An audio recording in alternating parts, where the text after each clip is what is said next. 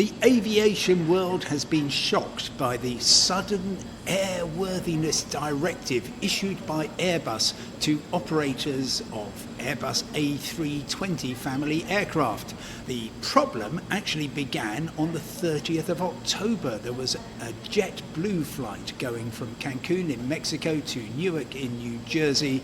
Halfway through its flight, it suffered an uncommanded sharp descent, and the investigators, of course, have been looking into that. They concluded that a piece of equipment that controls the elevators, the flaps at the back of the aircraft that basically make it fly level or go up or go down, that had been affected by a solar flare, a burst of intense solar radiation. There is a fix to this, which for most of the 6,000 or so aircraft affected is simply a 2-hour software upgrade. For some of the planes, though, it will require a piece of hardware, maybe about 900 of them. Airbus says it is trying to get the equipment out to the airlines as soon as possible.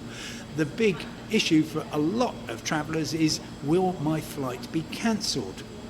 Now, the good news is that British Airways says only 3 of its planes were affected. They've all been sorted out, no impact. easyJet, which originally warned that there could be disruption over the weekend, says no, all of its aircraft are doing fine. And then Wizz Air is saying, well, we're hoping to run a normal service, but simply we are waiting for those aircraft to be fixed, and there could be some disruption. Actually, it's much worse in France, where more than 50 Air France flights to and from the Paris airports have been grounded, and across in Australia, Jetstar has cancelled around 90 flights, mostly serving Brisbane, Melbourne and Sydney, but also affecting flights to and from New Zealand, and Air New Zealand also has grounded some flights. Elsewhere, Avianca of Colombia says they're not even selling tickets until the 8th of December while they sort out their fleet. India has said it doesn't want Airbus A320s flying if they haven't had the necessary modification, but that is taking place. And there will be passengers wondering about whether the aircraft should actually have been grounded earlier.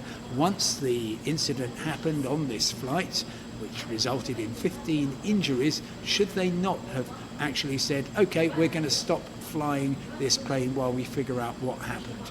It's a question of proportionality. That would have led to absolute chaos worldwide. 8 million seats a day are departing on Airbus A320 family jets. So I think this was a proportionate response.